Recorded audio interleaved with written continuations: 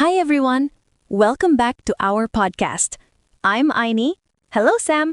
How are you today? Hai Aini, I'm good thanks. Seneng banget bisa belajar bareng lagi di ruang podcast Aini's and English tentunya, dan bertemu dengan semua pendengar. Great. Today we're going to continue our learning. We have finished nouns and now we move to the next material, pronouns. Ya, betul. Hari ini kita masuk ke materi selanjutnya yaitu pronoun atau kata ganti dalam bahasa Inggris. So, what is a pronoun? A pronoun is a word that replaces a noun. Instead of repeating the same noun again and again, we can use a pronoun. Betul, pronoun adalah kata ganti. Jadi kalau kita tidak mau mengulang nama orang, benda, atau tempat terus-menerus, kita pakai pronoun. Exactly. And what is the function of a pronoun? The function is to make sentences shorter, clearer, and avoid repetition. Iya, fungsinya untuk membuat kalimat jadi lebih singkat, jelas, dan tidak berulang-ulang. Now, pronouns have several kinds. Let me list them for you. Oke, ayo kita dengarkan. First, personal pronouns.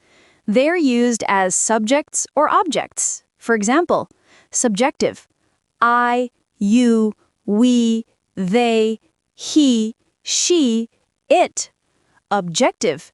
Me, you, us, them, him, her, it. Ya, yang pertama ada personal pronoun sebagai subjek atau objek. Contohnya I, you, we, they, he, she, it sebagai subjek.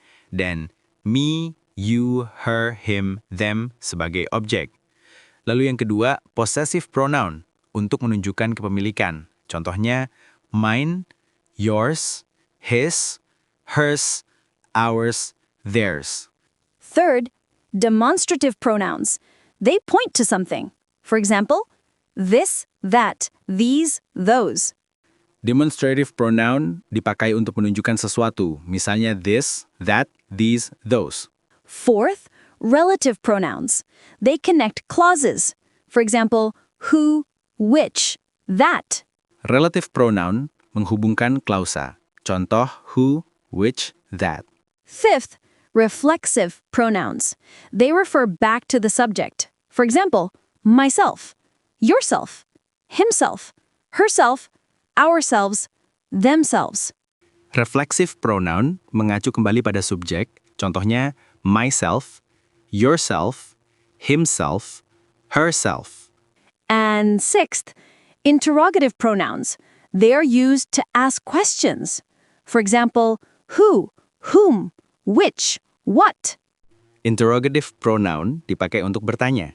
Contohnya who, whom, which, what. Intensive pronouns emphasize the subject.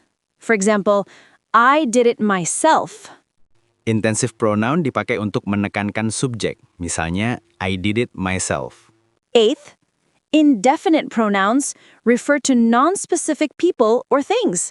For example, someone, everyone, nobody, anything. Indefinite pronoun mengacu pada orang atau benda yang tidak spesifik. Misalnya, someone, seseorang, everyone, setiap orang, nobody, tidak seorang pun, anything, sesuatu atau apa saja. Reciprocal pronouns show a mutual action. For example, each other, one another. Reciprocal pronoun menunjukkan tindakan timbal balik. Misalnya, each other, one another.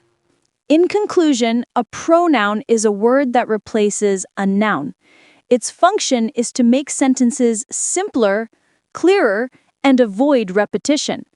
There are many kinds of pronouns, such as personal pronouns for people, animals, plants, or places, possessive pronouns to show ownership, demonstrative pronouns to point at something, relative pronouns to connect sentences, reflexive pronouns when the subject also receives the action, interrogative pronouns for asking questions, intensive pronouns to give emphasis, indefinite pronouns for things or people that are not specific, and reciprocal pronouns to show actions done by two subjects to each other. Kesimpulannya, Pronoun atau kata ganti adalah kata yang digunakan untuk menggantikan noun atau kata benda. Fungsinya adalah membuat kalimat lebih sederhana, lebih jelas, dan tidak mengulang.